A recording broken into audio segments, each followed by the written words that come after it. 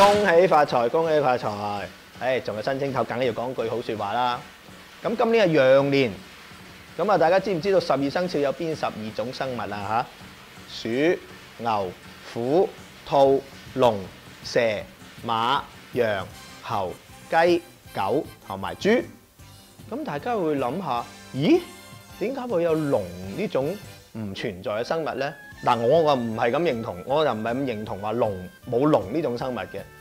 大家諗下，中國以前係一個咁簡單嘅社會，係一個啲人啲思想都好簡單嘅，根本嗰樣嘢係存在嘅，佢先至會有呢樣嘢講出嚟噶嘛。同埋大家有冇睇下古時代嘅中國又有龍呢樣生物？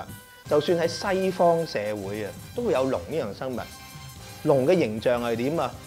中國同外國都一樣啦，有角同埋識噴火嘅，所以我覺得龍呢種生物喺古時候係應該存在嘅。只不過而家你話揾唔到咩證據，咁係大家未揾到啫，唔係代表一定冇嘅。好啦，講完龍，跟住大家又知唔知12生肖點樣嚟嘅咧？相傳玉皇大帝咧就希望每一年就用一種動物去代表，然之後12年就為之一個循環。貓同老鼠本來係好好朋友嘅，咁貓啊其實好驚死啦！玉皇大帝咁早叫我哋去面試，會唔會我就驚遲到？咁老鼠同佢講：放心啦，我哋咁好朋友，到時我叫醒你。咁貓好放心啦，咁之前一晚繼續瞓下，瞓到黃朝白晏醒咗，咦過晒時辰，點解老鼠仲未嚟叫我嘅咧？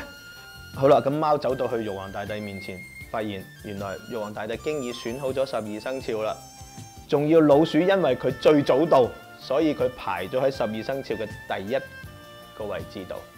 自此，貓就變成咗老鼠嘅天敵。老鼠見親貓就要匿埋喺坑渠底，匿埋喺暗角，唔夠膽再見貓啦。所以點解12生肖裏邊狗同貓都係人類嘅好朋友，反而有狗但係冇貓，就係因為咁嘅原因啦。